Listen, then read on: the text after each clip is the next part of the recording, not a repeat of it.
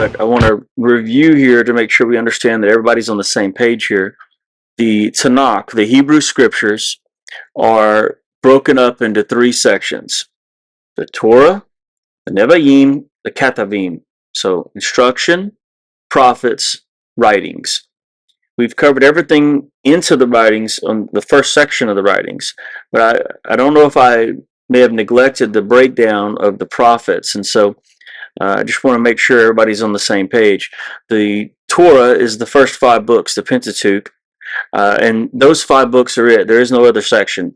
And you move into the prophets. When you get into the prophets, you have what's called the former prophets and the latter prophets. The former prophets are ones that we wouldn't see as necessarily prophetic books from a Christian standpoint generally, but that's Joshua, Judges, Samuel, and Kings. And then the latter prophets are the ones that we would traditionally see as prophets. But the latter prophets are broken up again into 2 sections: the major prophets and the minor prophets. And the only reason they're called that is not because some are more important than the others, but because of the length of their writing. The major prophets are Isaiah, Jeremiah, and Ezekiel. All the rest, the other 12, are in one book. All right, and that's the book of the 12. And then we move on to the writings, right? The writings have 3 sections. The first section, which we covered just previously, was the documents of truth, right? Which are the poetic books: Psalms, Proverbs, Job.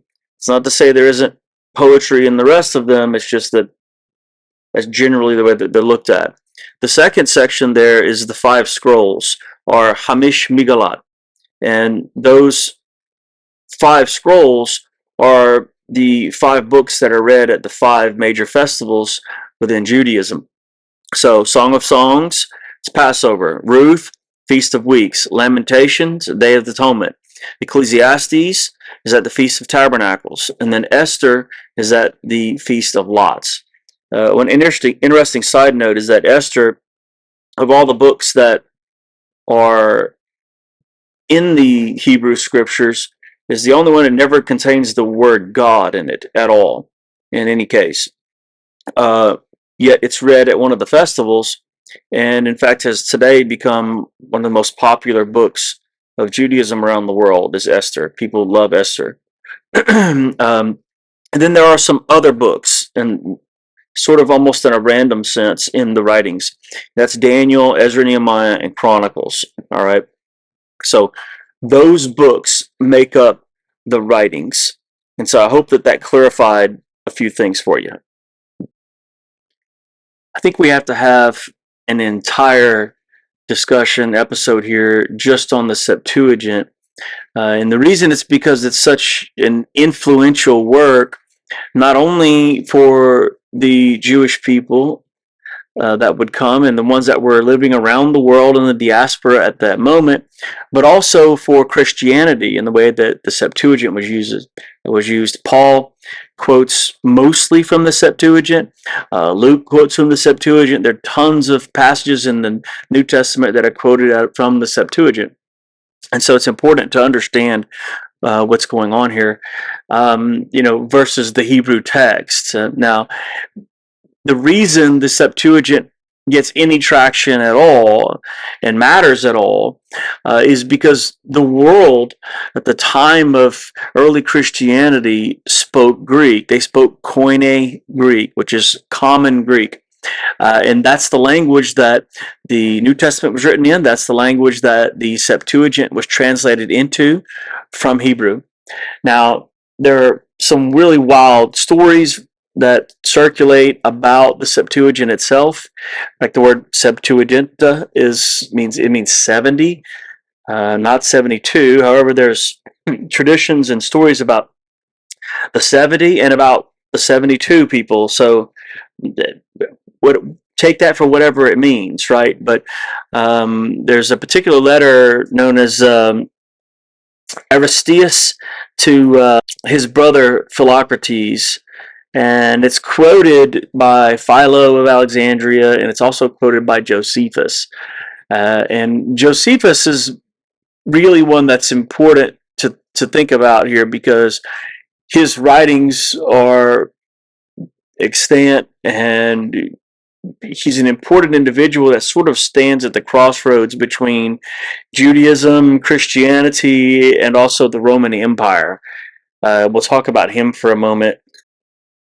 Josephus tells us that the Septuagint was copied in such a way that it was miraculous, that all the translations agreed, everybody who translated, all the 72, right?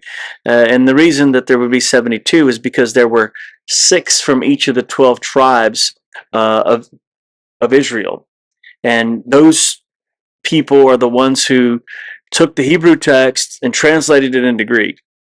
Now, there's a few problems with what he says, namely that they would all have the identical wording. That's one. But the biggest problem for him is the fact that the 10 tribes in the northern kingdom had been gone for hundreds of years. So it's not possible for him to have had with him or known about these various different people from all the 12 tribes of Israel. It's just, this whole statement is kind of full of itself. And so is Josephus, and he says lots of things about, the text and about many of these things. He says things about Jesus. He says things about early Christians, and you can take Josephus only as far as you can take Josephus, and he's kind of, again, full of himself, but he does provide some historical backdrop for what's actually going on. And he was a general for Israel, well, really for Judah, and he was in the Galilee region. And so coming from the region of Galilee is important for those who are studying New Testament studies and understanding that region and the type of people that were around that were part of the elite, which he was. I think at one point he was under he had under his command some 65,000 soldiers. That's a lot. And this during the first Jewish revolts of the Roman Empire. And they had sent him over to negotiate with the Emperor Nero. So he was an important enough individual that they did that. It didn't work out, right? And eventually, Vespasian comes back, and in the year 67, and when Vespasian arrives, he lays siege to the area where Josephus and his buddies are, and they end up holed up in this cave, and they come up with a suicide pact, or so the story goes, again from Josephus, right? They come up with a suicide pact in which they decided they weren't going to surrender. Instead, one would kill the other, and so on, and they would decide this by drawing lots or casting lots, and whoever was last, they had to end their own life. Well, when Vespasian got there, Josephus and one other fella are still alive, and everybody else is dead. Now, exactly how that game got played, whether there was any fairness to it, or we don't know, right? And Vespasian was going to take him and his buddy out, but Vespasian sort of sweet-talked his way into, Josephus sort of sweet-talked his way into a deal. He said that, these prophecies about the Messiah, they mention that really it's about you. You're going to become emperor of the Roman Empire. And so Vespasian was sort of tickled with him and decided, you know what, I'm going to keep this guy alive. You're going to be my slave. And he takes him to be his slave and brings him back with him to Rome.